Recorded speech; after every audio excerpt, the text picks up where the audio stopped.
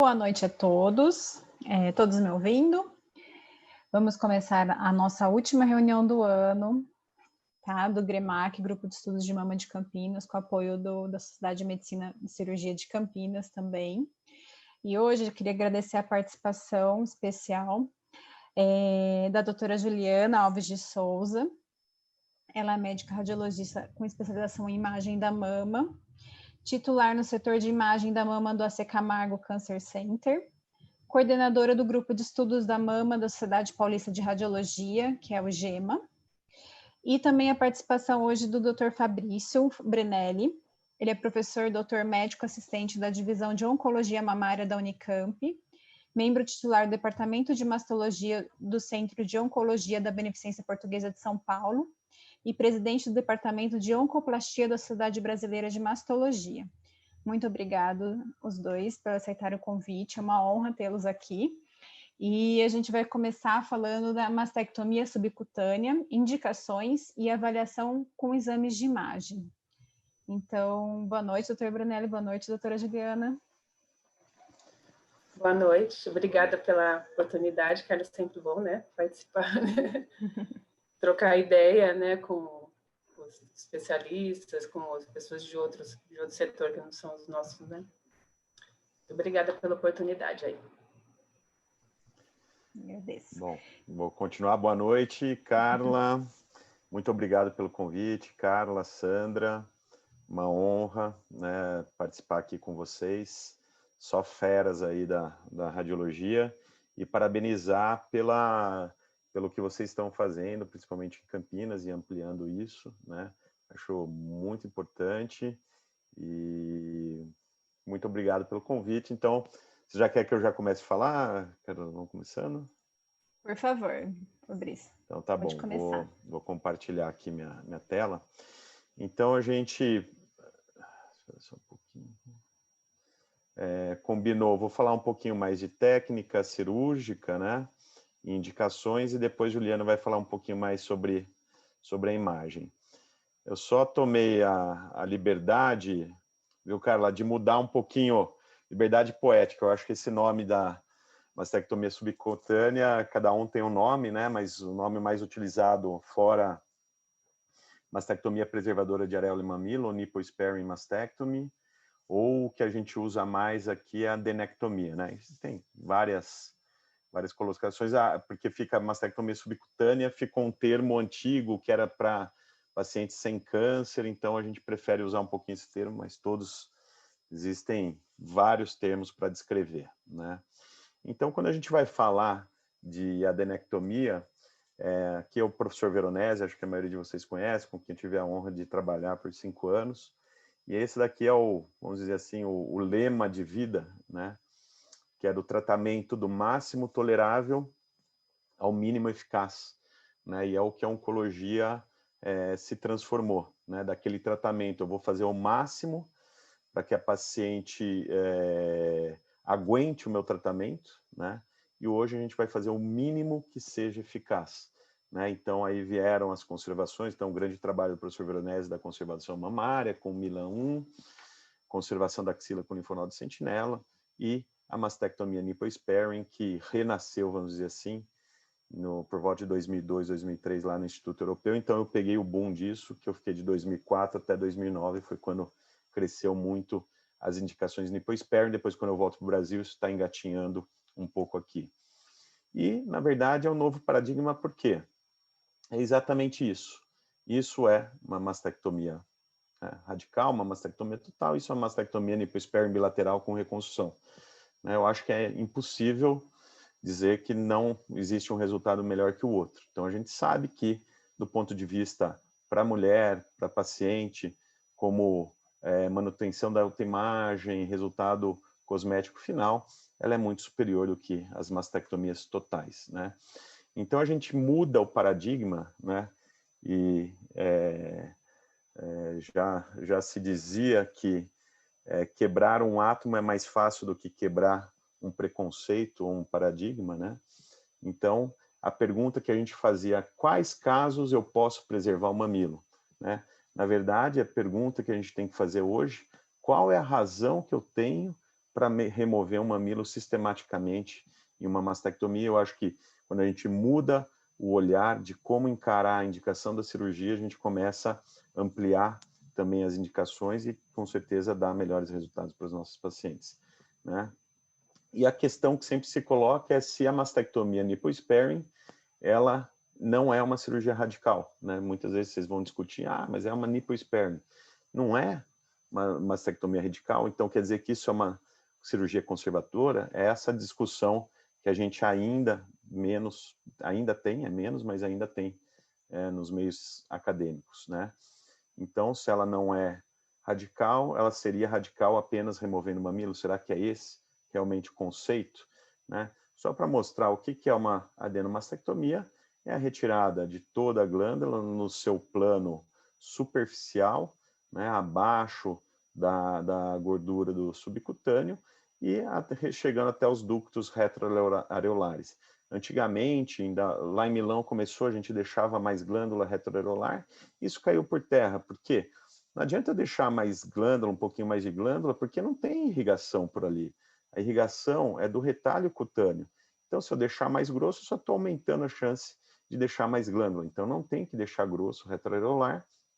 Eu tenho que fazer a mastectomia num plano onde eu obtenha margem livre do tumor. Então, esse é o objetivo.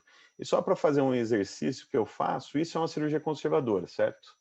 Então, quadrantectomia, né? Eu preservei pele, preservei glândula e preservei o CAP. Aí, se eu tirar o CAP e preservar pele e glândula, ela continua sendo uma cirurgia conservadora, certo? Não é o CAP que quer dizer que vai ser uma cirurgia radical ou não. Só vou remover o CAP se eu tiver tumor no CAP, né? E para mastectomia, a mesma coisa. Então, quer dizer que esses 3 tipos de cirurgia são cirurgias radicais.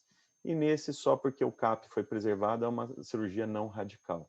Então, qual é o sentido de se colocar que uma nipple sparing apenas por preservar o complexo areopapilar não é uma cirurgia radical? Então, qual é o conceito por trás disso? Será que o mamilo realmente é o bad guy aí, é o bandido dessa história?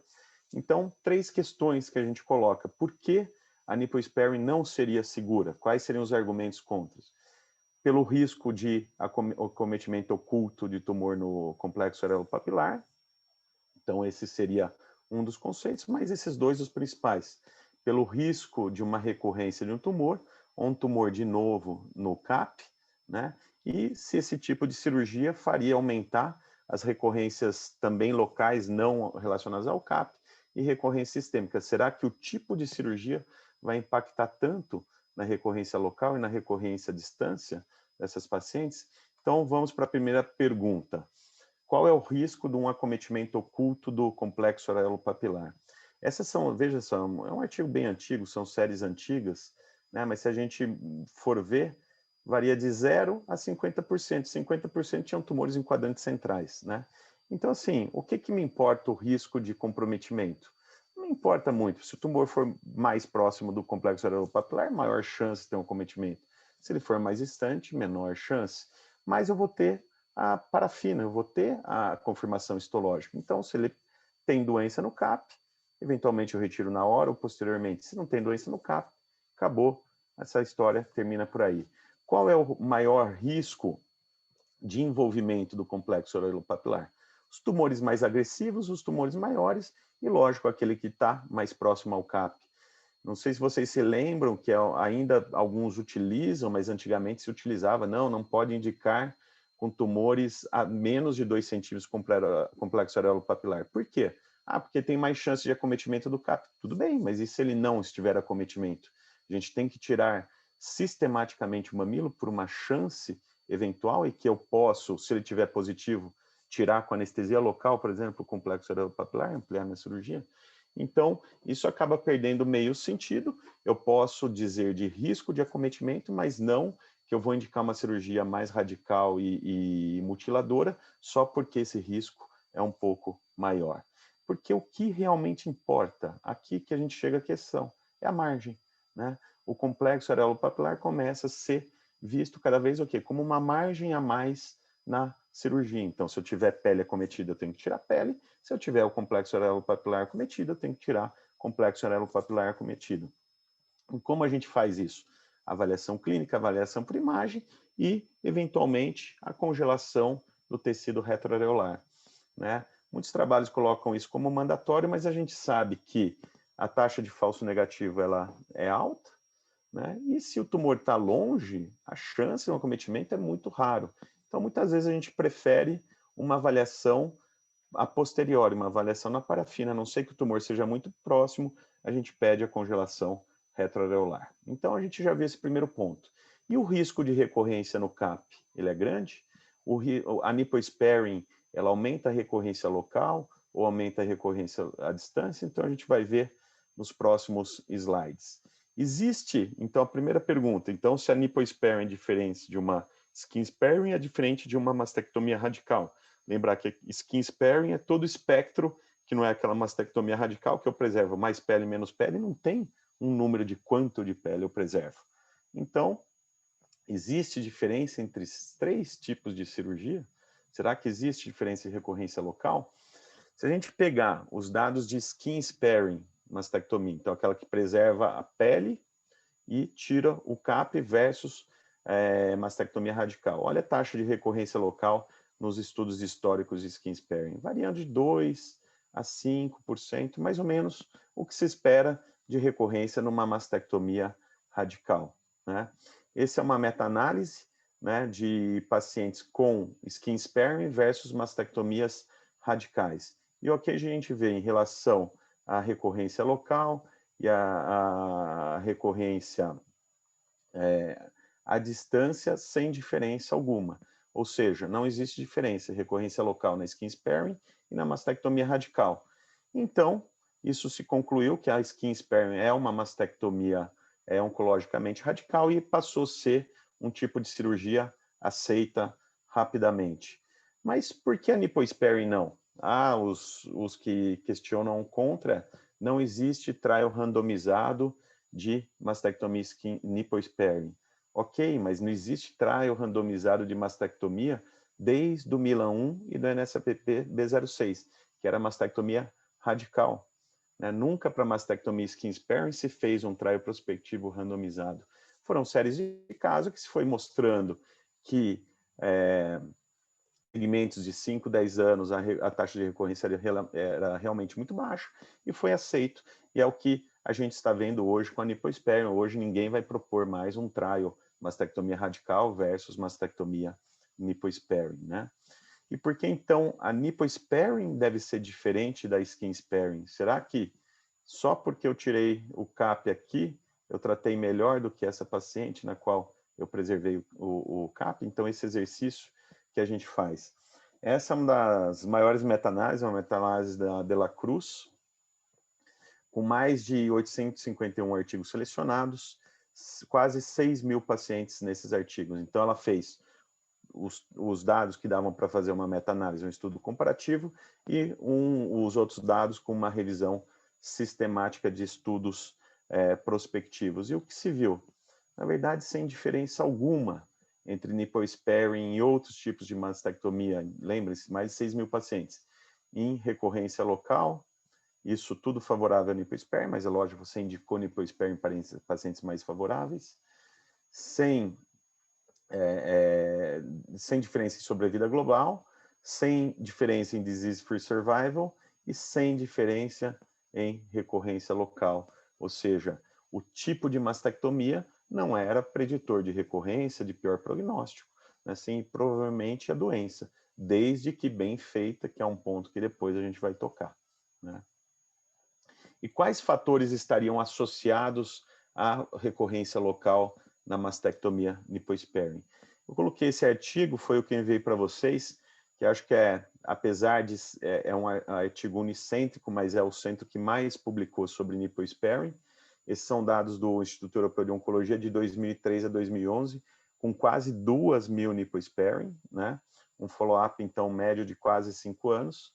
E os endpoints eram recorrência local, recorrência no CAP, né? Lembrar que as pacientes, a maioria não recebiam radioterapia e algumas, uma boa parte delas recebiam radioterapia intraoperatória no complexo areopapilar, algo que não se faz hoje mais em Milão e a gente não faz aqui na prática também.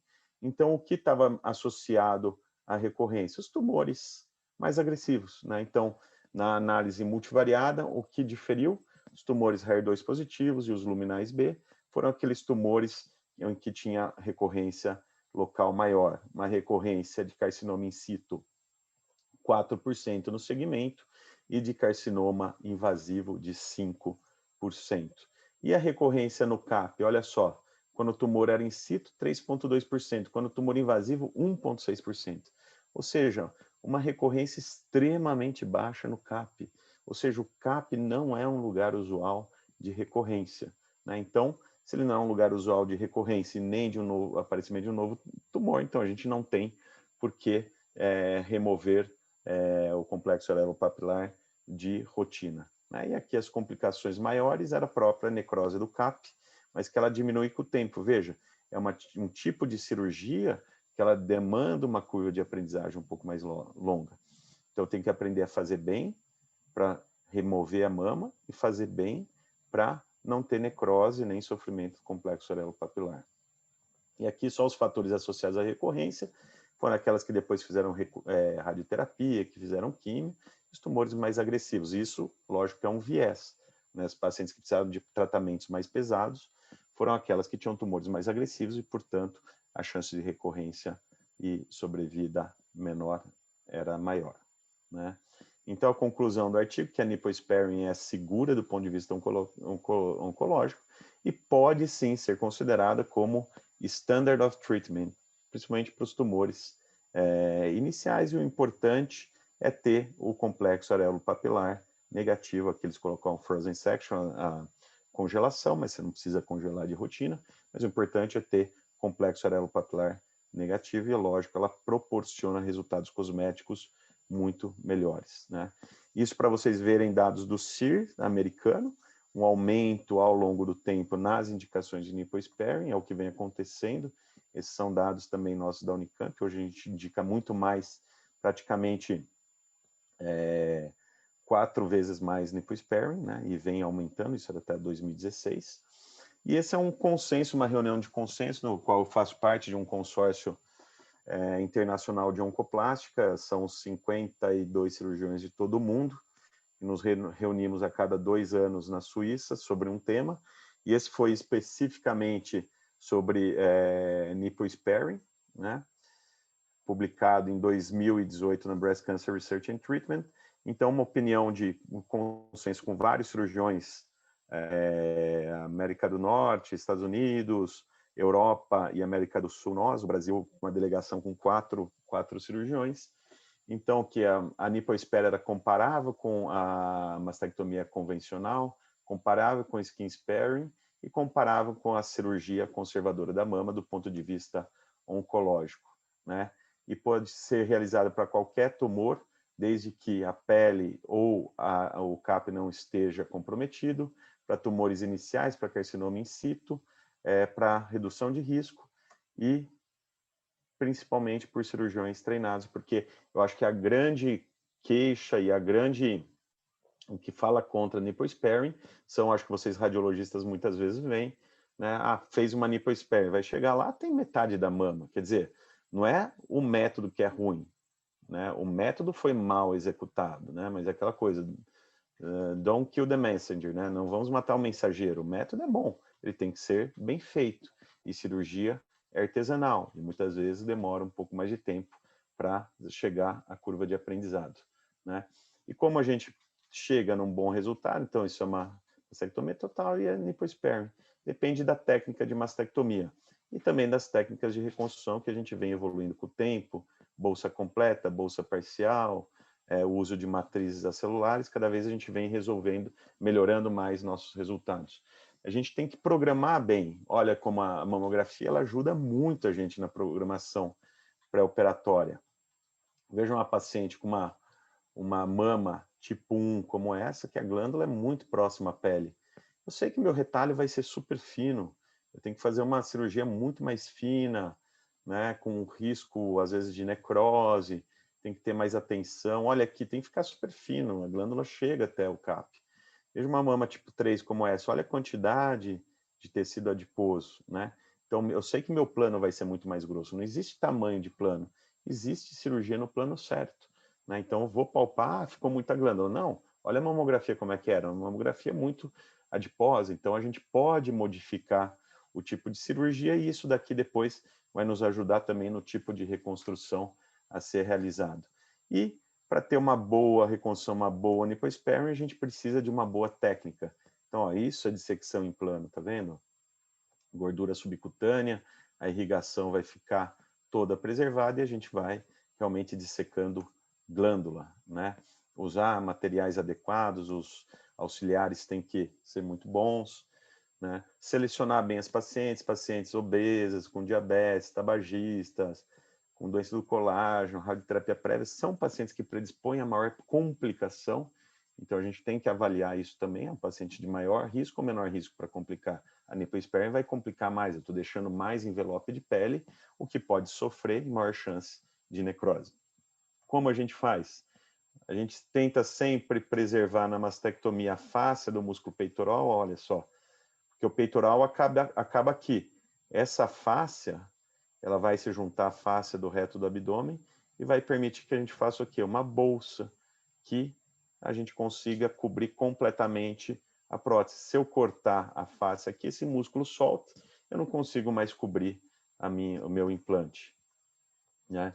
Então, as bolsas parciais, por exemplo, a gente desinsere o peitoral medialmente, inferiormente, deixa ele preso só com a face do peitoral e abre todo lateralmente, né?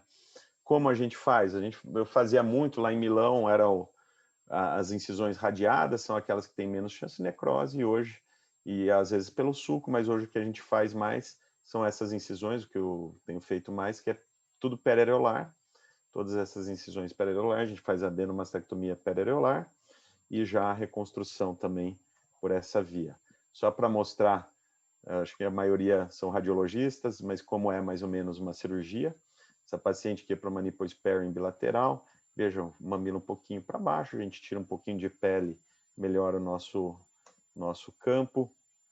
Aqui como é a cirurgia, então aqui a gente fazendo a incisão, né, ressecando, olha a dissecção, olha os vasos onde fica. Isso é extremamente importante para ter um sucesso. Se você vê que a cirurgia não sangra, é porque você está andando no plano correto que ela tem que ser andado. E esse plano vai depender de paciente para paciente. Então, a gente faz em quadrantes, então descola a parte superior, né? Posteriormente, a gente vai soltando a região retroareolar e a gente pode deixar ela fina. Praticamente, olha os ductos aqui, ó. Os ductos de um lado, os ductos de outro.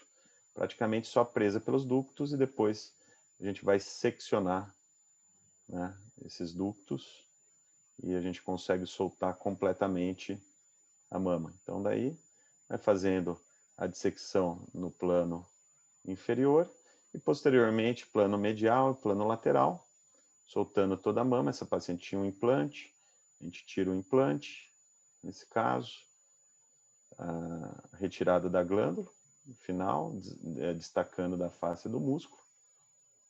Então, esse é o que a gente tira na adenomastectomia, essa glândula para vocês.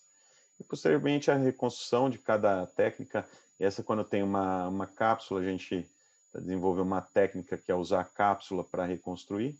Então, faz uma incisão transpectoral, transprótese, muscular, desculpa, pectoral e transcapsular, em 360 graus.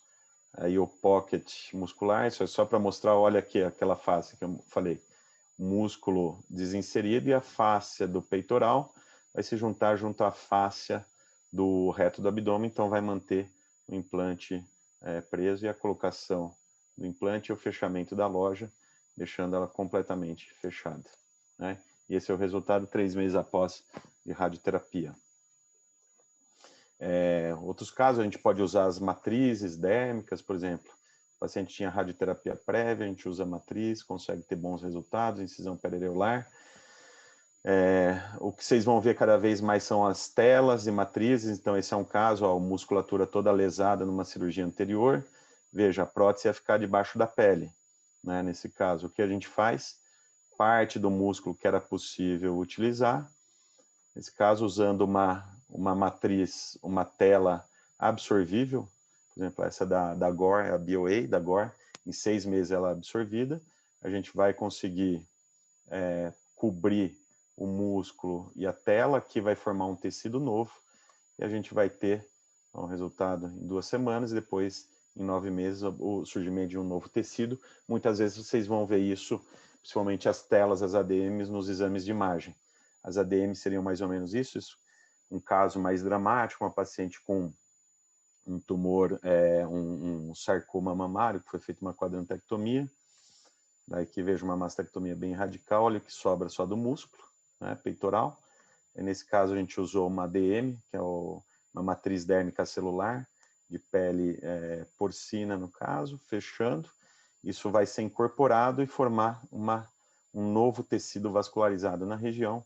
Essa paciente, depois com a expansão já, e a mama ao final. Só para mostrar uns casinhos, ó, uma paciente de 27 anos, né, ela apresentou com nódulo palpável, ultrassom nódulo pequeno. Quando a gente faz a ressonância, uma imagem extensa, de 6 centímetros, chegando próximo ao CAP. Um paciente super jovem, né? Estava próximo ao CAP. Propôs para ela, ó, por que não? Vamos fazer a congelação na hora. Se for positivo, a gente remove o CAP, se for negativo, a gente mantém. Primeira congelação positiva, a gente fez uma segunda congelação negativa, parafina negativa, nipoespéria intracelular, e o resultado dela, porque a gente insistiu na congelação e ela tem margem negativa. Então, se a gente fosse operar só o exame, provavelmente essa paciente ganharia, super jovem, 27 anos, ganharia uma mastectomia radical. Esse é um outro caso, veja só, paciente com calcificação, com a imagem extensa de captação, chegando até próximo do CAP, ela queria muito preservar o CAP, a gente falou, vamos fazer a congelação. Fizemos a nipo-sparing, aguardando a congelação, resultado positivo, a gente tira o CAP na hora, né? Tira o CAP na hora, e aqui reconstrução também com a tela, a matriz, né? Opa, esse é outro slide. Então, isso vocês vão ver cada vez mais, né? E para mostrar a mamografia, o que ela nos tem ajudado, no tipo de reconstrução, principalmente pré-peitoral, que a gente não quer colocar prótese debaixo do músculo, quer colocar debaixo do subcutâneo. Quando a gente tem mamas com mais de 2 centímetros de tecido adiposo na parte superior, a gente pode fazer esse tipo de cirurgia. Esse é um trabalho do grupo da Argentina com a Itália, do Maurício Nava, do Gonzalez. Então, mamas tipo 3, que tem mais de 2 centímetros, a gente pode fazer esse tipo de cirurgia. Veja, paciente com a mama volumosa, bastante lipossubstituída, área de calcificação, microcalcificação extenso, carcinoma in situ, né? A gente fez reconstrução pré-peitoral nesse caso, porque a gente tinha, pelo exame de imagem, né, um subcutâneo espesso, veja só, isso tudo é subcutâneo, é gordura, tá vendo? Ó, se você apertar, ele desfaz, né? Então, a adenomastectomia, nesse caso, periareolar, mesma coisa, da mesma maneira que vocês viram. Olha o complexo areopapilar, a gente chega até o final do CAP mesmo, né? Então, aqui é a retirada da mama, né, já descolada completamente. E aqui o retalho todo, que vai ser a cobertura do implante, né? Então, praticamente, a gente vai fazer o quê? Vai colocar o implante aqui, vamos fixar só para ele não cair, né? Quando a gente não tem nada para fixar. Fixando o sulco, olha lá o retalho, ó, tendo quase 2 centímetros de espessura, o retalho gorduroso, e a colocação do implante. Então, essa paciente não tem dor, às vezes ela pode ir embora até no mesmo dia, porque é uma cirurgia que não dói, posteriormente não tem aquela contratura muito importante, mas eu tenho que fazer na paciente certa, e esse é o resultado de um mês. A imagem nos ajuda muito, né? Em casos avançados, é possível, séries de casos, essa da Universidade do Arkansas, né, comparando a nipo-sparing com mastectomia não nipo-sparing para tumores avançados, sem CT4, é lógico, né, sem diferença alguma em recidiva local, porque o tumor já é avançado e vai depender da resposta ou não à quimioterapia, a um tratamento radioterápico. Então, como ele já aparece, que nos diz o preditor do seu resultado oncológico e não a nossa cirurgia.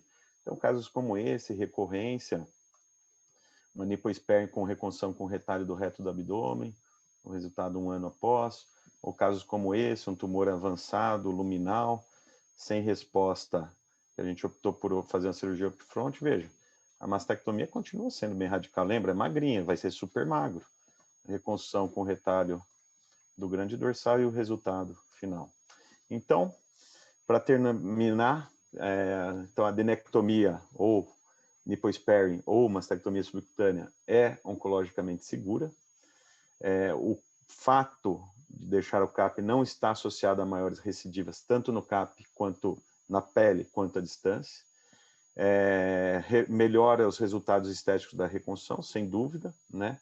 Os exames de imagem auxiliam muito no planejamento e na indicação, né? Porque a gente tem maior chance, menor chance, ou está completamente comprometido, né? Vou fazer reconstrução pré-peitoral, reto peitoral, né?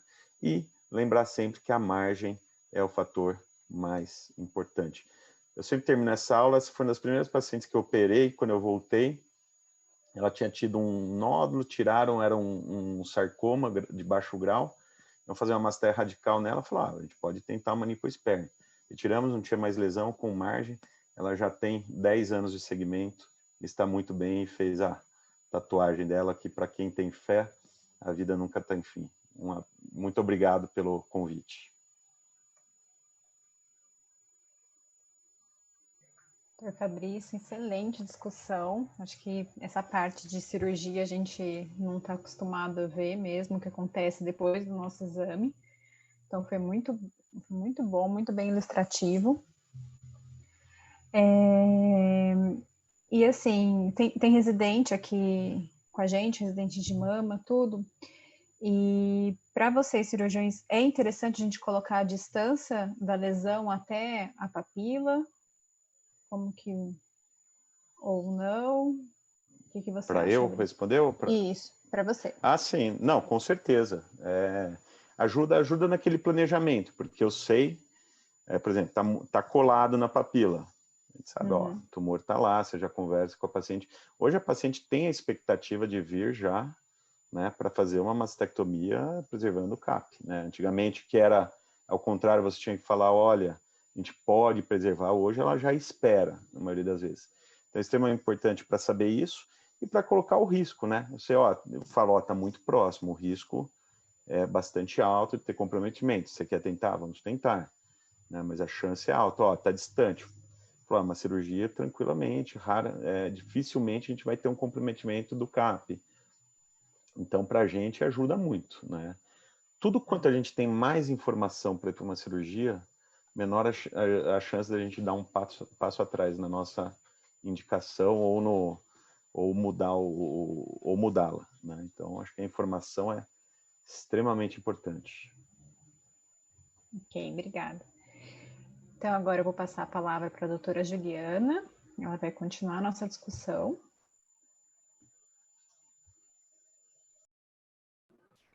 Consegui abrir o microfone. Então, realmente, a aula do Dr. Fabrício foi ótima, foi bem elucidadora, né? Eu nunca dei essa aula antes, então eu nunca participei oficialmente de uma discussão como essa, então, para mim, foi bem interessante. Ver as imagens da cirurgia também foi, mesmo porque ainda, assim, a gente no AC Camargo não tem esse hábito de fazer a mastectomia subcutânea, tem vindo de uns anos para cá, e a mesma contralateral, né, como se fosse a cirurgia de redutoras de risco, que também tem mais ou menos esse tipo de planejamento, a gente faz em poucos casos. Agora que eu acho que a cirurgia, a gente faz só com paciente com mutação comprovada, né? Então, agora que a gente tem mais contato com esse tipo de cirurgia. Então, foi muito bom e espero que vocês possam aproveitar aqui a minha parte.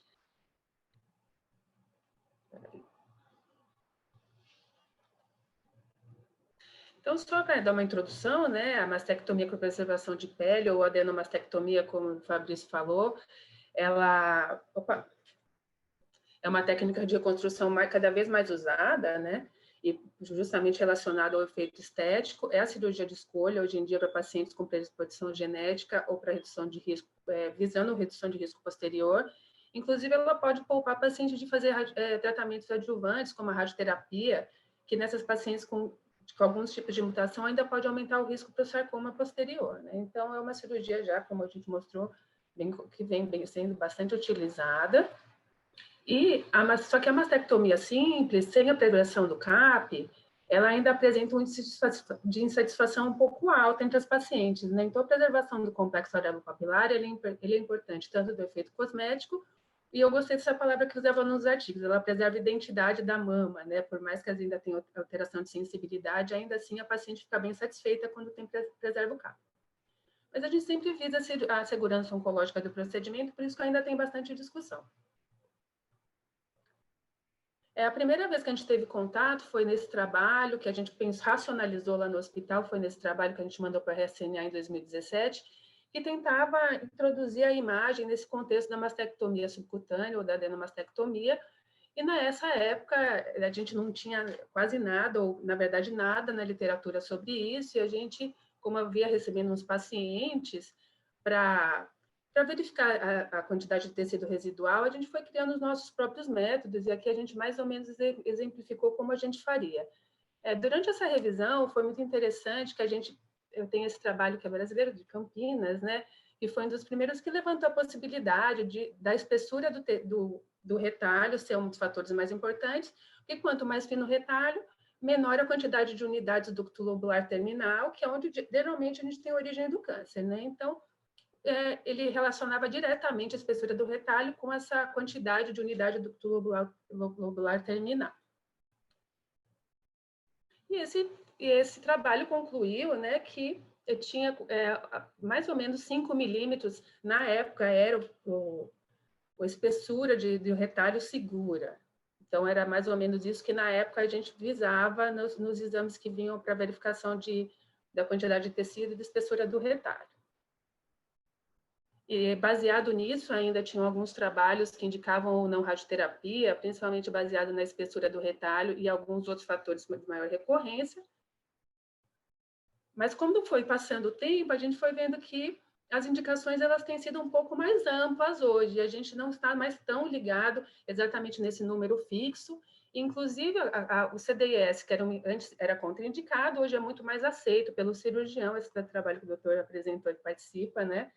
E aqui foi interessante que a gente pôde ver que realmente as indicações elas estão um pouco mais amplas e mais maleáveis, já que a gente tem tido um pouco mais de confiança na segurança oncológica desse tipo de cirurgia, né? E as contraindicações têm sido um pouco menores, né? Principalmente as alterações diretas da papila ou tumores muito grandes. E você vê que a distância, ela é assim, ela não é mais considerada tanto um critério, justamente pela possibilidade de fazer congelação uma segunda abordagem. Opa, peraí, estou voltando. Então, a avaliação por imagem, como é que o radiologista pode atuar nesse contexto, né? Primeiro que a gente vê o que falta é assim, a gente não tem muito um protocolo, né, de imagem que possa contribuir oficialmente com isso. Então, acaba sendo que cada serviço, isso falta a gente preconizar mesmo. Ai, gente, estou apertando errado, desculpa. Então, o que a gente sabe, inicialmente, é que o CAP, acometimento do CAP, ele pode ser subestimado clinicamente, e até 40% das pacientes podem apresentar o acometimento histopatológico, principalmente por carcinoma in situ. Então, visando preservar o CAP, que é importante, né, para o sucesso dessa cirurgia, a avaliação pela imagem ela é bem importante, né? A mamografia e a ultrassonografia, elas têm uma sensibilidade mais limitada, tanto por ser pela densidade mamária, né, e por ser o ultrassom, principalmente por ser operador dependente, e a ressonância magnética, inicialmente, é um método de escolha para avaliação pré-operatória, porque ela tem uma resolução espacial ótima, a gente tem informações funcionais, né? Às vezes parece ter um carcinoma in situ de baixo grau, e na ressonância a gente consegue ver que tem um metabolismo maior, de alto grau, pode acrescentar informações relevantes, tem um valor preditivo negativo mais alto, e a sensibilidade, hoje com a curva de aprendizado, ela é bem maior do que os trabalhos eram descritos antigamente. Mas, inicialmente, assim, não existe, como a gente falou, não existe uma regra de avaliação hoje em dia, né? Então, a ressonância, apesar dela ser uma ótima ferramenta, a gente poderia não utilizar numa mama liposubstituída. Então, a mama liposubstituída, o estadiamento inicial, a gente pode dispensar. A gente tem que pensar que existe a possibilidade de um componente in situ não calcificado, que a gente não consiga ver na mamografia. A biópsia, ela, da lesão principal pode ajudar, de repente um carcinoma invasivo, a gente vê que tem um extenso carcinoma in situ associado, então aquilo pode indicar que existe uma lesão maior que está oculta ali. E a gente pode sim dispensar a ressonância se a gente tiver uns exames seguros e optar por uma congelação do CAP, que aí eu acho que no fim fecha melhor a cirurgia, dispensando a ressonância. Então, tudo isso é um manejo, a gente vai, conforme vai tendo mais casos e vai juntando os trabalhos, a gente vai ter mais especificações do que utilizar oficialmente para cada paciente, né? Então, aqui eu vou repetir o slide no fim, essa aqui ficou no lugar errado. Então, no estadiamento, né? Quais fatores de imagem poderiam influenciar na decisão? Então, isso para os residentes, para os colegas radiologistas que estão atendendo um cirurgião que indicou o exame para fazer a mastectomia subcutânea. Então, primeiro, inicialmente, podia ser muticidade e multifocalidade. Então, esse é um casinho, né, que a gente tem uma paciente com mama densa e apresentava uma lesão aqui nos quadrantes inferiores, especulada, que a ultrassonografia parecia ser um nódulo irregular, né, 2 centímetros da papila, 4 milímetros da pele, um nódulo único, mas quando a gente, por ter mama densa, foi solicitada a ressonância, e a ressonância demonstrou que haviam outras lesões, né? E essas lesões estavam 15 milímetros do CAP, tá? Eu até queria perguntar para o doutor Fabrício se ele acha que a multissensibilidade, ou num caso desse, não inviabilizaria ou não a cirurgia, por ser multicêntrico ou multifocal. Para responder agora? Pode responder agora, porque a gente vai conversando aqui em relação às imagens, né? Na verdade, é uma das indicações, né? Porque é um dos casos em que a cirurgia conservadora acaba sendo difícil, né? Ela não é impossível, ela pode ser indicada eventualmente em tumores multicêntricos, são poucas séries de casos, mas acaba sendo muitas vezes uma das indicações da mastectomia, daí nesse caso a liposparing, que é mais uma vez, se a gente consegue retirar toda a lesão e preservar o CAP sem doença, né? Então ela é extremamente factível, né? Tá bom.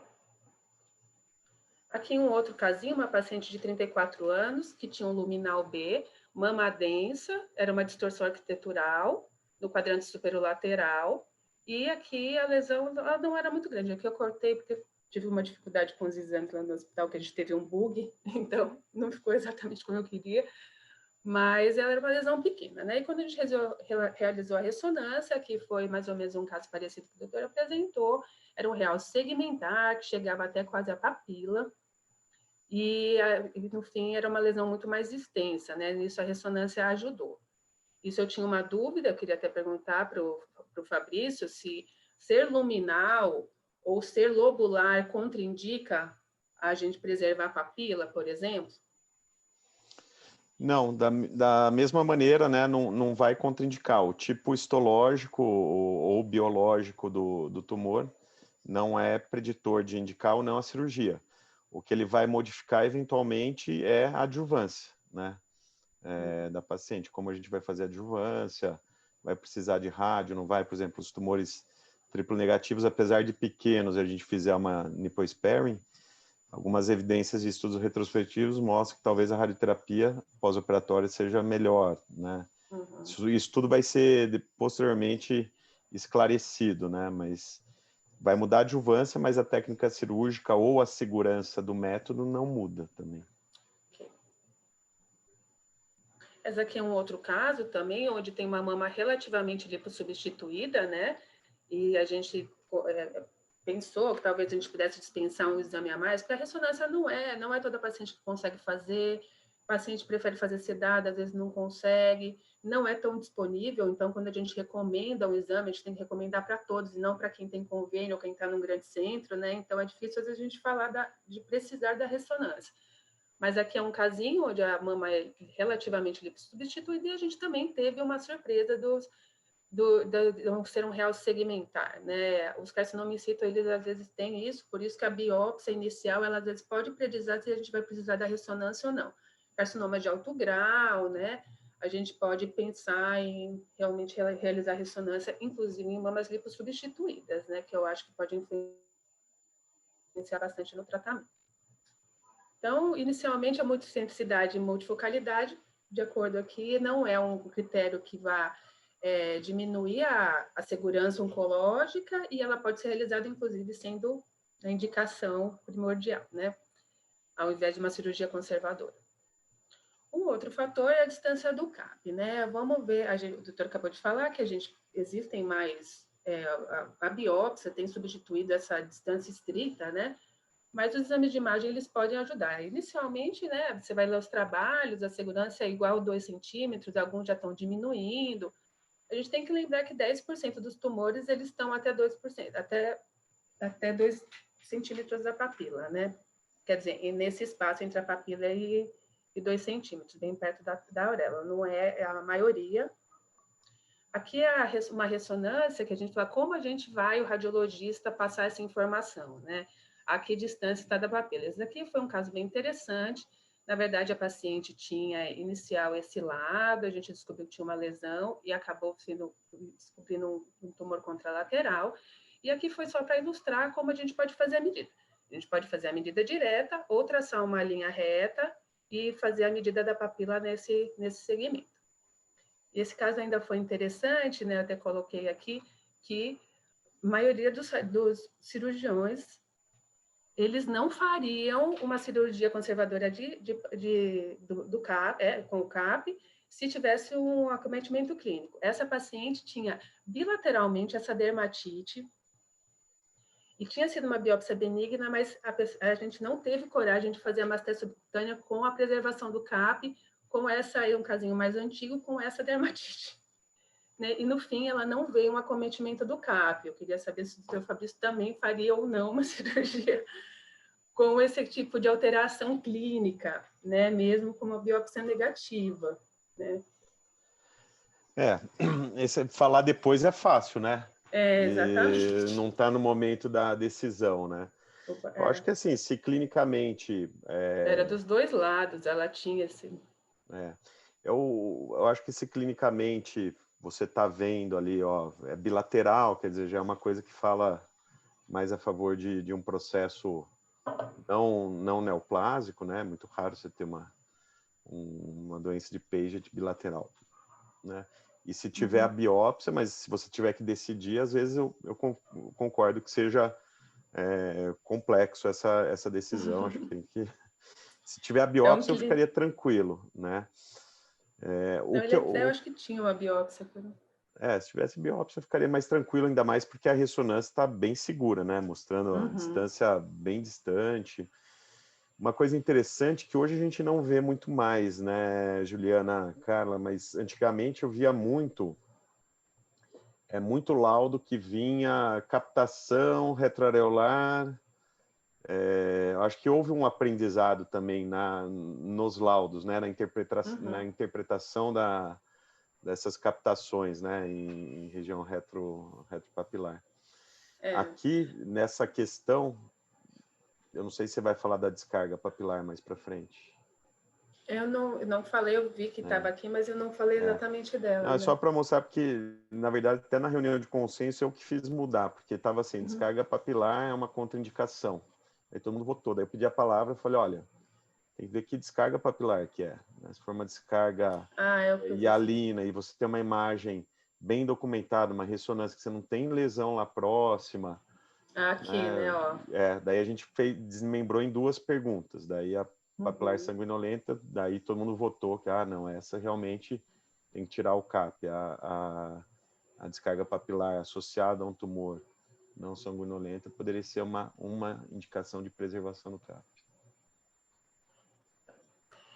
Então, tá bom. Aqui tem mais um casinho do CAP. Aqui, então, assim, a mamografia, nessas situações, mesmo com a ressonância, ela é importante, porque às vezes a gente tem lesões de baixo grau, que não realçam, mas acabam aparecendo na mamografia, então a ressonância também não é a ferramenta que é utilizada sozinha, né? Não sei se vocês conseguem ver, mas aqui esse casinho ela tinha algumas microcalcificações, tinha bastante microcalcificação na mama e algumas perto do CAP, né? Então, isso fica mais difícil da gente dizer se é benigno ou não, mas isso o radiologista tem que colocar e deixar muito claro no laudo, para que o cirurgião clínico ele possa decidir em cima dessa situação e conversar com a paciente, principalmente, né?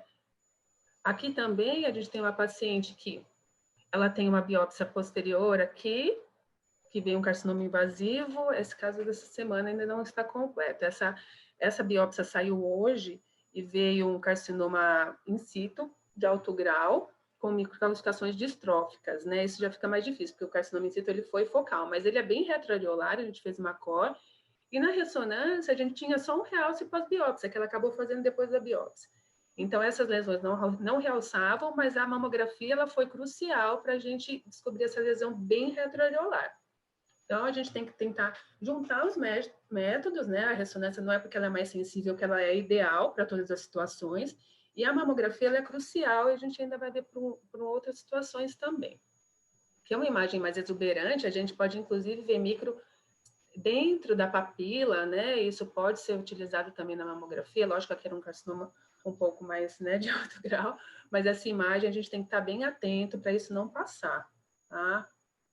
Aqui, só para terminar, em relação ao CAP, e isso também é relacionado muitas vezes, a descarga papilar sanguinolenta, a avaliação do próprio CAP, né? Isso pode ser feito na ultrassonografia. Aqui a gente tinha uma ressonância que tem um nódulozinho intrapapilar, a mamografia não evidenciou, e no ultrassom a gente conseguiu ver o nódulo, né? Então, isso também pode fazer parte do planejamento. Se você quiser fazer um planejamento cuidadoso, olhar bem o CAP, isso também pode ser feito a ultrassonografia, não só posterior à ressonância. Então, o estadiamento, ele envolve muitas situações e vários métodos. A gente tem que estar atento para os reparos do cirurgião para isso. Então, a gente avalia o CAP como? A gente tem, ou, assim, se fizer com o transdutor direto, vai ficar amassado, a papila vai ficar virada e a gente não consegue enxergar. Então, o ideal é que a gente faça um coxinho de gel, não aperte, que a gente consegue ver melhor a papila, né? E a segunda dica para avaliação da papila e do CAP mesmo é usar essa técnica bimanual. Aqui, se a gente colocar o transdutor reto, olha, a sombra toda feita pela papila, você não consegue, inclusive, ver a região retroareolar. E aqui a gente pode bascular o transdutor e ver como se fosse pela parte lateral. Então, aí fica bem mais livre a região retroareolar, tá? E consegue ver os ductos. Isso também é, como o doutor falou, é muito importante na avaliação da descarga papilar, né? E no planejamento, ver se não tem nenhuma lesão intraductal bem atrás da papila. Então, isso é importante que a gente faça também, tá? E lembrando que o CAP, né, também pode ser, ele, assim, que é o T4, a extensão direta para o CAP, ela tem que ser descrita, porque ela é uma contraindicação, né? A gente sabe que pegando pele ou pegando CAP diretamente é uma contraindicação de mastectomia, isso pode ser visto em alguns exames de imagem, tá bom? Um outro fator que eu não vi muito, mas assim, eu não vi muita descrição nos artigos, mas eu peguei alguns casos que eu vou pôr agora no final, estou quase terminando, em relação ao tumor de distância da pele, né? Eu queria até... Então, assim, a distância da pele, a gente vê que a maioria dos cirurgiões não tem muito... como o doutor falou, a espessura do retalho ele vai ser determinada caso a caso, né? Mas eu acho, sim, que a gente tem que levar em consideração a distância que a lesão está da pele, né? Então, aqui, ó, por exemplo, essa paciente que era ótima, não tinha nenhuma lesão adicional, mas o tumor estava bem colado na pele. Queria saber o que o doutor Fabrício acha dessa situação, se ele acha que é factível ainda a mastectomia, apesar de ser uma mama que está ótimo, o CAP está ótimo, mas a lesão está grudada na pele. Eu acho que essas lesões, às vezes eu fico um pouco com medo de tomar decisão, mais uma vez, só num exame de imagem. Por exemplo, a ressonância é uma paciente muito magra, aquela mama pendular.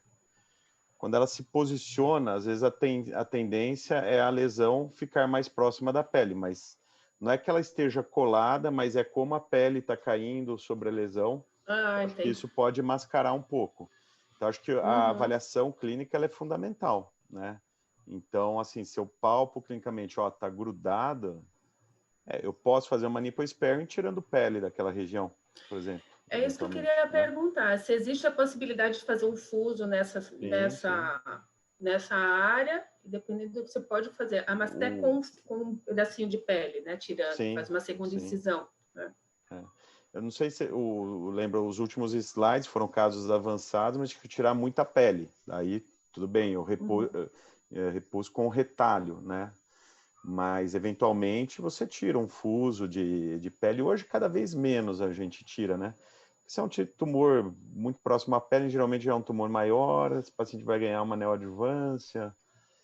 Mudou um pouco, né? Mas eu acho que a avaliação de imagem, ela ajuda, mas eu não tomo só a conduta em relação à imagem devido a essas modificações dinâmicas do exame mesmo, né?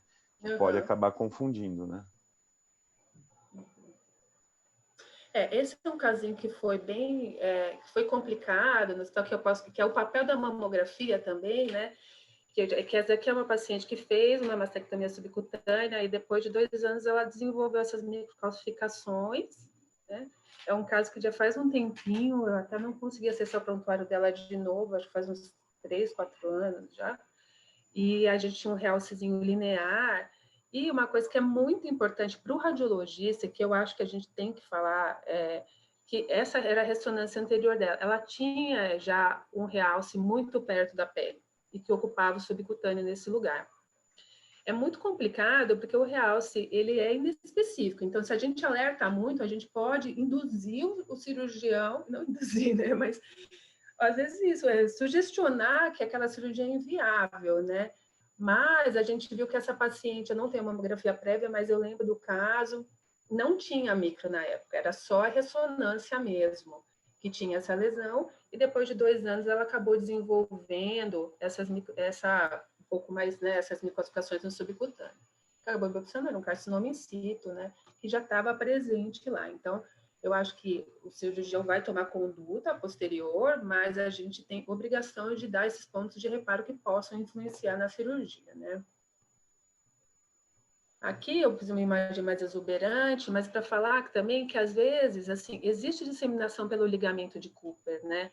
Então, se a gente conseguir ver essas microcalcificações que sobem pelo ligamento, isso é importante falar também, que isso pode ajudar, ou inclusive não ter medo de dizer isso, porque a gente tem essa possibilidade, às vezes, de tirar essa parte da pele, ou deixar o retalho mais fino, né? Tentar tirar o máximo que puder nessa região. Então, lembrando que existe disseminação pelo ligamento de Cooper, e isso tem que ser descrito pelo radiologista, né? Aqui essa imagem não está tão boa, mas tem microcalcificações aqui e tem várias microcalcificações no subcutâneo também. Então, sempre atento a esses pontos de reparo que possam influenciar. Então, e na avaliação pós-cirúrgica, assim, aqui no pré, a gente viu que assim, não tem muitas outras coisas que hoje impeçam a cirurgia, né? A presença de acometimento axilar, a gente isso vê na rotina, que hoje em dia a gente vê que não é uma contraindicação. Então, as outras coisas eu achei que não tinham muito empecilho. Existe mais alguma coisa no estadiamento, Fabrício, que você acha que faltou aqui, que seria importante o radiologista falar? Não, eu acho que está perfeito. Acho que você foi muito feliz aí colocar. Eu acho que é muito importante essa comunicação entre o radiologista e o cirurgião. Assim, você só vai ter uma boa cirurgia se você tiver bastante informação, né? Uma imagem bem feita, um laudo bem feito, que também é outra coisa, né? Que é super importante. E cirurgião gosta de ver imagem reconstruída, viu, gente? Manda um 3D bem a bonito. A cabeça enxerga melhor, assim. Uhum. E por fim, também o acometimento da musculatura peitoral, eu não entrei em detalhes aqui, mas é o clássico que também a gente sempre tem que falar nos nossos exames, se a gente acha ou não, né? Então, aqui na avaliação pós-cirúrgica, estou quase já no fim, é como avaliar o retalho e o tecido fibroglandular residual, né? Como a gente montou aquele trabalho em 2017, começaram a haver algumas pacientes que tinham feito uma mastectomia subcutânea ou adenectomia, e o oncoclínico veio para o hospital fazer adjuvância e a oncologia clínica desconfiou ou achou que aquela cirurgia não pudesse e acaba encaminhando para o radioterapeuta, né? Isso é super complicado, porque a paciente teve, a maioria das suas vezes, a promessa e a expectativa. Deixa eu olhar aqui. Olá. Enquanto a Ju volta, eu tinha guardado, porque ela mostrou na ressonância, né? E aí a gente faz multimodalidade, então a posição da mama na ressonância é pêndula, no ultrassom é mais próxima da cirurgia, e da mamografia a paciente em pé, mama comprimida. Quando vem muito discrepante as medidas, por exemplo, da pele ou da papila, ressonância, mamografia e ultrassom, você já passou por isso? Teve alguma experiência de comparar e ver? Ou se tem algum método que você fala, não, esse daqui eu acho que eu vou confiar mais? Não, nunca tive assim Por exemplo, o ultrassom, quando vem a distância da pele, eu já nem levo muito em consideração, né? Porque transdutor geralmente tá, então depende de cada tipo de pele, de composição, de subcutâneo, né? E eu acho que assim, a mamografia ela ajuda muito para as microcalcificações, né? Quando a gente vê já aquelas calcificações entrando na papila e tal, você já sabe que... E carcinoma in situ, vocês viram que até a recidiva de carcinoma in situ ela é maior nas lipospermes do que carcinoma invasivo, né? Porque o carcinoma in situ é realmente multicêntrico, né? É diferente do comportamento do invasor. E a ressonância ajuda muito, né? A ressonância... Quando você vê a imagem, você consegue já pensar na cirurgia, qual vai ser a margem sua, como vai ser seu plano de secção.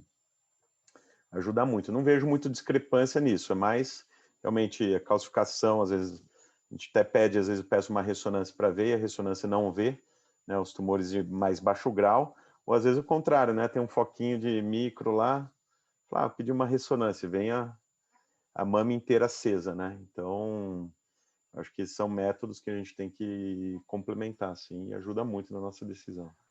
Voltei.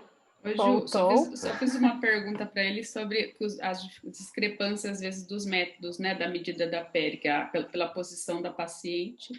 E cirurgião gosta de ressonância, né? Não tem jeito. A mamografia, não, eu gosto de tudo. Acho que bem indicado, um exame bem indicado, ele é extremamente... Mas a visão panorâmica da ressonância nesse planejamento te ajuda, né? Eu entendo muito. que é isso, estou brincando, mas entendo que é isso. Fica à Pode vontade, terminar? Ju. Tem mais... vou compartilhar. Não, fica à vontade. Não, continuando. Aqui na Vila Mariana eu falei aqui, a internet...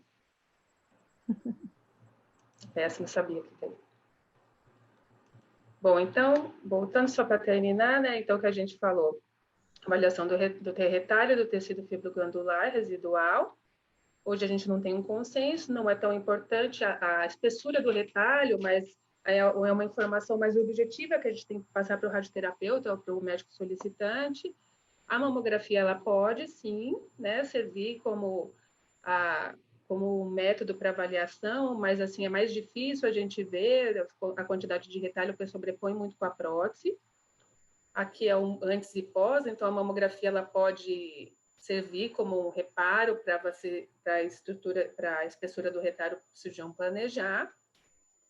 Porém, e o ultrassom ele também pode, né? Mas para avaliação de tecido residual, eu acho que todos esses métodos são mais complicados e a gente acaba tendo que usar mais a ressonância mesmo, né?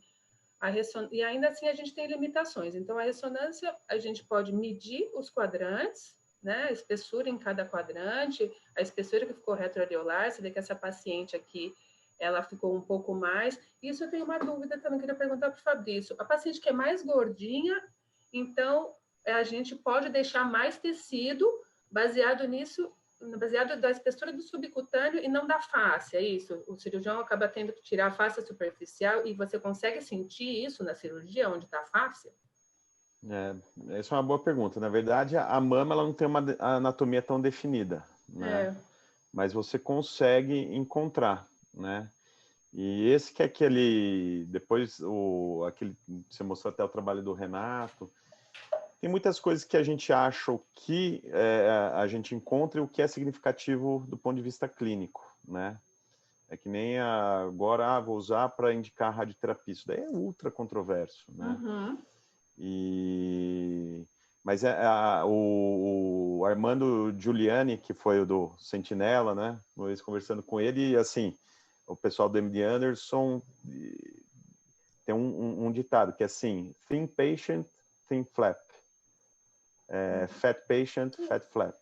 Então, assim, você tem mais gordura, né? A gordura, ela tá lá. Se você é mais gorda, ela tá o quê? Hipertrofiada, né? Os adipócitos estão hipertrofiados, então vai ser mais espesso. Se você for querer fazer uma cirurgia no plano subfacial da pele na paciente mais gordinha, você vai necrosar a pele inteira. É por isso que a questão da espessura da pele é uma coisa que caiu. Agora, realmente, essa anatomia não é tão clara. Por isso que o exame prévio de imagem ajuda bastante a gente até no planejamento, né? De saber. Você olha lá uma mamografia, uma médio lateral, você sabe, nossa, essa paciente aqui tem, olha, clinicamente você examinou e você viu, nossa, esse paciente tem um retalho de gordura muito grande, principalmente nos quadrantes superiores e tal. Nossa, esse paciente tem glândula pra caramba, né? Então, assim, isso vai ajudar muito a gente na definição do nosso plano. Mas é diferente, sim. Geralmente o paciente fala assim, ficou muito tecido depois que ela voltou da quimio, ela engordou 10, 15 quilos. Você engorda o retalho também, né? E isso eu acho bem complicado mesmo quando vem. Aqui essa paciente, principalmente no pós-operatório, né? Essa paciente aqui foi logo pós-operatório imediato, tem bastante edema da pele. Aqui foi uma cirurgia redutora de risco, aqui é uma mastécia subcutânea, né? Para tratamento. Então, às vezes aqui não é que é um tecido, para a gente, até no T1, que é a sequência que a gente mais usa, né, para verificar a quantidade de tecido e a disposição do tecido, mesmo antes da cirurgia, mama que não foi operada, é muito complicado você falar que isso daqui é um tecido e não é um edema, uma trave fibrosa. Então, é bem complicado a gente quantificar, a não ser que seja bem evidente, né, que sobrou bastante tecido, mas você falar que aqui ficou mais gordinho, ficou um retalho mais grosso e tem tecido. Isso é uma informação que a gente, sinceramente, não dá para falar na ressonância, né? Então, é interessante a gente falar isso, tentar em algumas situações que a paciente precisa, né, dessa informação, mas não dá para a gente falar com certeza o que é tecido ou não em situações onde ficou limítrofe, a não ser que ficou muito tecido mesmo. Aqui tem um trabalho, né, que saiu aqui acho que o ano retrasado, do doutor Bevilacqua, a doutora Daniela, né, Bevilacqua, tive o prazer de trabalhar com ele um tempo na Camargo, e ele já falava bastante disso, porque realmente você ter uma heterogeneidade de técnica, isso acaba aumentando muito, muito o número de recidiva, desmerecendo o método. Isso é uma coisa que a gente tem que pensar, né? Mas, como tudo dentro da medicina, não existe um certo ou errado. Então, hoje a gente tem visto que não é exatamente a espessura do retalho que vai fazer diferença, né? Eles trabalharam com vários pontos, né? O radiologista mediu vários pontos e eles analisaram como estava a técnica em São Paulo, no CIDO, né? E aí eles sugerem assim, ressonância é um bom método para você medir. Aqui em cima você consegue medir mais, consegue ver aqui embaixo se ficou fino ou não, mas a gente tem que ver o quanto isso é relevante na nossa prática clínica, né? Daqui é uma outra paciente que acabou de fazer também a mastécia subcutânea, ficou, se fosse falar, nossa, essa ficou super boa e essa ficou ruim. Isso a gente sabe que isso não acontece, né? Então a gente realmente, na minha opinião, a gente ter esse número estrito e ter essa função de falar que sobrou tecido ou não, isso é bem complicado por imagem, tá?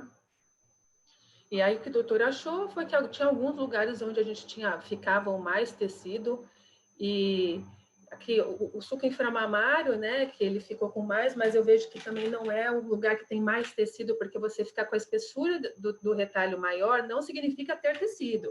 Então, onde ficou espessura maior, realmente não tinha tecido predominante. Então, isso é realmente uma curva de aprendizado da técnica, né? Você tem alguma observação?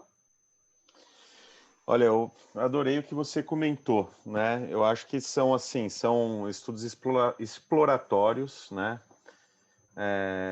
E assim, você querer mudar uma conduta por um exame que ainda falta a gente dizer, ó, para que serve, realmente, o que vai mudar isso. O que importa no final da cirurgia são os impactos clínicos, né? Então, a gente discute bastante, né? Se você consegue ver glândula ou você vê edema, né? Então, não sei. Esses casos, eles foram reoperados para ver se realmente tudo aquilo é glândula ou não é. Qual é a quantidade de glândula que fica depois de uma skin sparing, depois de uma mastectomia, depois de uma mastectomia total, uma mastectomia radical? São todas hipóteses que não existem, né? Então, e o que a gente vê clinicamente e cada vez mais nos estudos, as taxas de recorrências cada vez mais baixas, né? Porque você tem um tratamento multimodal que te permite fazer uma cirurgia, entre aspas, um pouco mais conservadora, com um resultado muito melhor para o paciente, né? Então, acho que são estudos válidos, exploratórios, né? Mas eu acho que colocar isso, não, isso daqui é glândula, não sei, eu não operei de novo, eu não biopsiei, né? Tem várias coisas que a gente precisa esclarecer, e até a limitação do método, né? Eu acho que você foi muito feliz, Juliana, no que você colocou. Eu acho que ajuda muito, muitas vezes, se você fica em dúvida, faz uma mamografia, né? Uma médium lateral ali, um perfil, você consegue ver, realmente, olha, ficou muito tecido. Você pode discutir, olha, isso daí mereceria fazer radioterapia, mas não tem também nenhum dado que vai me dizer, isso, se ficou isso, preciso de radioterapia. Não sei, né? Então, acho que tudo tem que ser bastante discutido. E existem áreas da mama que a gente poderia deixar um retalho um pouquinho mais grosso, que são áreas que têm menos tecido. Os mediais, a gente sabe, né? Os inferiores, pelo que eu vi aqui em complementação a esse trabalho, inclusive, ele tentou relacionar a quantidade de tecido e não era onde estava mais grosso que tinha mais tecido. Então, até aparentemente, isso não está acertando. Então, de deixar um pouco mais fofinho, um pouco mais estético, né? Aqui a gente viu que existe também, assim, né, várias, assim, você não é uma ordem, você remover. O que é um conceito é não remover a face, né? Mas você vê que tem uma variação de opinião entre o cirurgião, o que fazer ou não, né? Então, isso vai...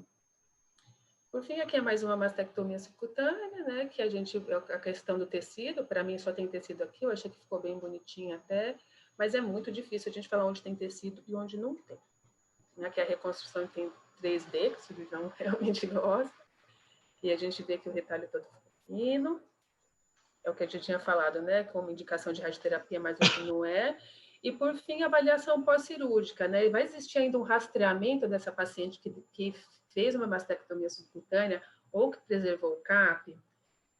Não, a gente não tem lugar nenhum e a gente ainda não sabe, né? A gente eu tenho poucos casos, não é para assustar, mas, por exemplo, a gente tem essa paciente que tinha mutação BRCA, e ela é um caso bem antigo esse, a gente nem falava de mastectomia subcutânea como tratamento, mas assim, a gente falava de redutora de risco já, e essa paciente teve uma recidiva no CAP, na forma de microclassificações, mas eu acho que de uma forma geral, essa daqui, né, que a gente identificou, que eu já mostrei esse caso, identificou a micro, foi um caso feliz, ele acabou ampliando aqui, não fez uma masté total, ampliou e ficou com margem livre, ficou segura, não converteu. E essa foi uma das últimas pacientes que a gente teve uma recidiva, que foi uma alteração palpável. Então, eu acho que também, muitas vezes, vai continuar na linha da mastectomia, como a gente já tinha antes. Não é indicado rastrear uma mastectomia com reconstrução com retalho, seja o TRAN, seja dorsal.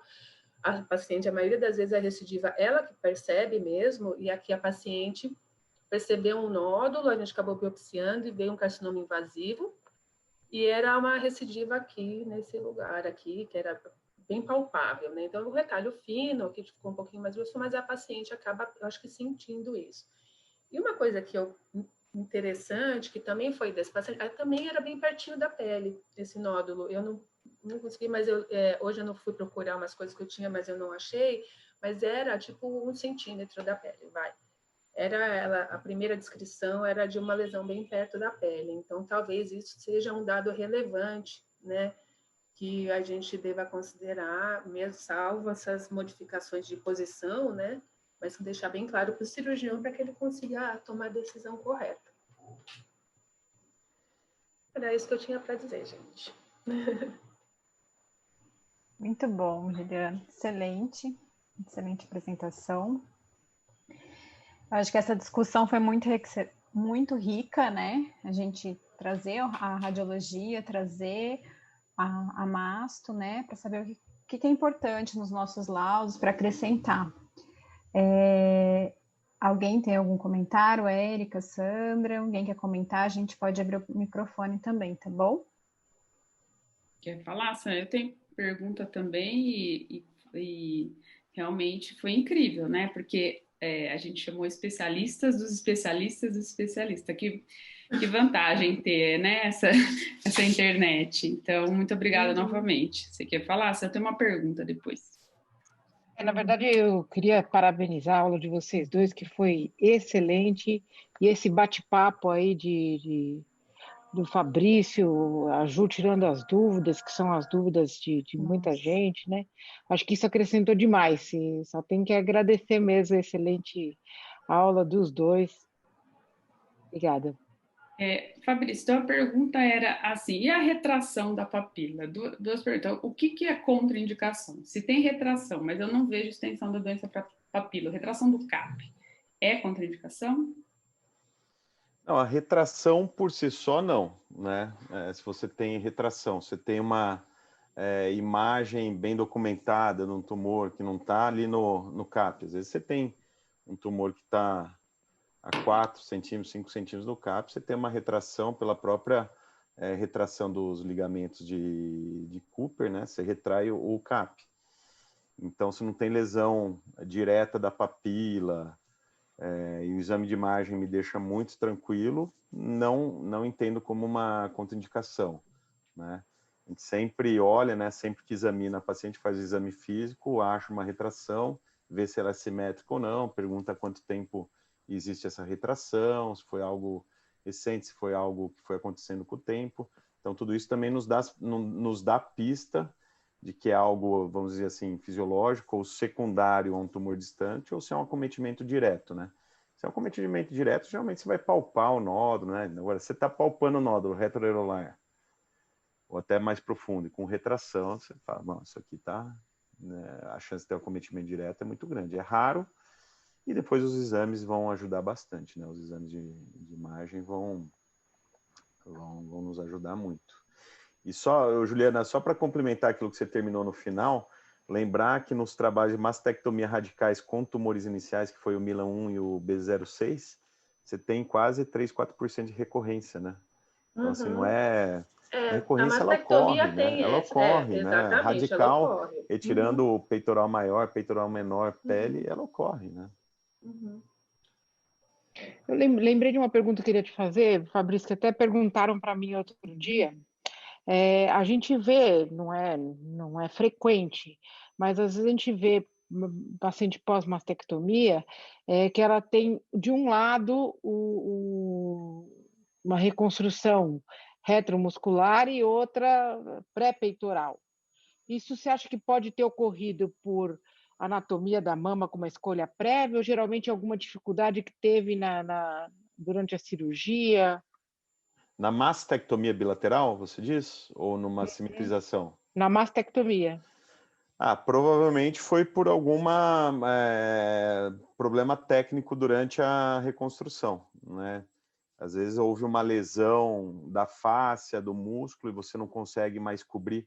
Uma vez, porque eu falei da fáscia é tão importante, porque a fibra você não consegue ressuturar, né? Na hora que você não tem a fáscia e você vai soltar a musculatura da parte inferior, o músculo ele retrai completamente para cima e você não consegue mais de maneira alguma fechar aquele implante. Ou você usa uma tela, geralmente a gente não usa mais as não absorvíveis, né? Tela absorvível ou uma DM. Então, às vezes aconteceu isso. De um lado, houve um problema técnico na cirurgia que um músculo retraiu completamente, então ela ficou, vamos dizer assim, pré-peitoral, e do outro lado ela foi feita da técnica correta, ficou na correta, da técnica que até então a gente acha que seja mais correta, a retromuscular, e ficou assimétrica. Mas não, acho que não foi deliberado, assim, fazer um lado de um jeito ou de outro, né? A melhor cirurgia é aquela que a gente faz igual dos dois lados, né? Eu imaginei isso, falei, deixa eu confirmar com quem entende. Deixa eu fazer mais uma outra pergunta, que eu vejo dessas pacientes que às vezes fazem também essa adenomastectomia, essa adenectomia com preservação do CAP, que depois de um tempo, às vezes elas podem ter retração, né? Fica algumas áreas irregulares visualmente, digamos que assim, que perdeu um pouquinho do subcutâneo ali. E a gente vê algumas pacientes que fazem o lipofilling, ou já vi paciente que não sabe referir o que, mas fala que não era gordura, que injetou alguma coisa. O que eu vi em pelo menos umas 4 ou 5 pacientes é que às vezes eu tenho um realce na ressonância, mas que me parece ser só como se fosse aqueles realces de cistolioso. Nos casos que eu mandei seguir, depois eles vão desaparecendo e somem. Eu queria saber se você tem experiência com isso, a Ju também, por favor, se tem uma experiência para complementar em relação a isso. Sim, você está falando da correção do rippling, né? O rippling é aquilo que a gente chama a paciente geralmente mais magra, mesmo com uma prótese retromuscular, com o tempo esse músculo atrofia, o músculo gruda na cápsula e a cápsula gruda na pele e fica visível aquelas ondulações, né? E uma das melhores maneiras de corrigir é o enxerto de gordura, né? O enxerto, foi até minha tese em 2012, meu doutorado, o enxerto ele tem que ser muito bem preparado porque ele tem que, na verdade, você tirar adipócito íntegro, separar de óleo da parte oleosa do sangue e colocar ele num espaço em qual ele seja enxertado, ele passe a viver ali. O problema é que nem isso sempre é possível e dependendo da técnica, você vai enxertar adipócito já destruído pela aspiração, pela injeção, ou com não tão bem preparado, então você tem mais componente oleoso. Aquilo forma alguns lagos oleosos, né? Ou a necrose, você injetou um monte de adipócito já que estavam destruídos, eles necrosam, fazem uma esteatonecrose mesmo, que é muito difícil, às vezes, de diferenciar, né? Acho que a mamografia é o melhor método para ver a esteatonecrose. A ressonância acende, daí a paciente chega, um BIRADS 4 na ressonância, ultrassom uma imagem horrível, né? E fica naquela dúvida e a esteatonecrose. Isso pode acontecer dependendo da quantidade de gordura. O paradoxo da lipoenxertia é que, geralmente, quanto muito fino, você tem que injetar pouca gordura. Porque se você espessa demais, você não tem vaso para alimentar aqueles adipócitos. Então, você vai necrosar tudo no meio. Então, às vezes, você tem que fazer em 1, 2, 3 opções. Outros materiais, tem gente injetando, mas isso não tem nenhuma, vamos dizer, estudo, né, de que em um ambiente oncológico, colocar ali ácido hialurônico, essas coisas, e depois, com o tempo, é reabsorvido, né? O que pode se colocar também é uma matriz dérmica, né, as telas, para tentar atenuar um pouquinho o rippling. Excelente. Bom, mais alguém tem algum comentário? Queria agradecer a todo mundo. Teve participação, como sempre, do Dr. Calaf, do Dr. Hélio, da doutora Maria Helena também, ajudando a gente aqui também nos comentários. Muito obrigada a todos. E essa é a nossa última reunião desse ano. Ano que vem a gente vai voltar, tá? E provavelmente nesse formato ainda a gente vai discutir, mas provavelmente nesse formato, né? Acho que pegou, né? Até os palestrantes estão falando e acrescentou tanto para a gente. Foi ótimo. Acrescentou muito para a gente mesmo essa reunião com vários especialistas. Multidisciplinar e multi-institucional. Essa é a ideia também, que a gente traga experiências de outros locais, né? Para agregar ainda mais. Só complementando, cara, que você falou do QR pro artigo da doutora Ju, mas os artigos que o doutor Fabrício compartilhou, eu já compartilhei via WhatsApp com isso mesmo. Todos os grupos aí, quem quiser, por acaso não tiver acesso, pode nos procurar, né? Que a gente... doutor Fabrício a Sandra já encaminhou para todo mundo. Tá bom? Eu queria fazer uma última propaganda do GEMA quinta-feira. A minha reunião não foi a última. A inspiração. A gente tem o último GEMA, todo mundo lá. A doutora Flora vai falar sobre mamografia com contraste. Então, é a última do ano aí, conto com vocês lá, então. E a gente tem que falar que a inspiração do GREMAC é o GEMA, né? Isso. Então, veio do GEMA, sim. Estou muito feliz. Aprenderam alguma coisa no GEMA. Com certeza. Total. Depois de tantos anos, mas eu fico muito feliz mesmo de vocês terem criado esse grupo. Isso é muito... Eu aprendi demais em grupo de estudo, e esse tipo de troca de informação que realmente faz a diferença, né? Da gente. Muito. Quando aparece aquele casinho no dia da sala, você lembra, nossa, eu vi na aula, meu colega falou aquilo, realmente faz diferença, né? Com certeza. Muito bom. Então, obrigada bom, a todos. Obrigada, e boa noite. Quinta. Obrigada, SMCC. Fabrício. Obrigada, SMCC também. Muito obrigado pelo convite, foi uma honra participar. Aprendi muito. Os radiologistas são os olhos do cirurgião. Então, é extremamente importante trocar informação. Uma imagem bem feita, um laudo bem feito, salva vidas, modifica a nossa cirurgia. Muito obrigado esse time aí, só de camisa 10 aí. Fico muito honrado de participar e poder aprender com vocês. Isso eu sempre falo para vocês, sejam claros, sejam objetivos no laudo, saibam o que estão falando, não sejam omissos ou laudo sabão, né? A gente tem a responsabilidade como médico e tem que assumir a nossa responsabilidade também, né? Todos nós, é uma equipe, então, o patologista, o radiologista, o cirurgião, então, sendo objetivo e conhecendo a situação da cirurgia, a gente vai melhorar muito o nosso laudo, por isso tem que estudar e ouvir o ponto de vista do colega, né? Isso aí. Então, obrigada, gente. Até o ano que vem. Até quinta, então. Tchau, tchau.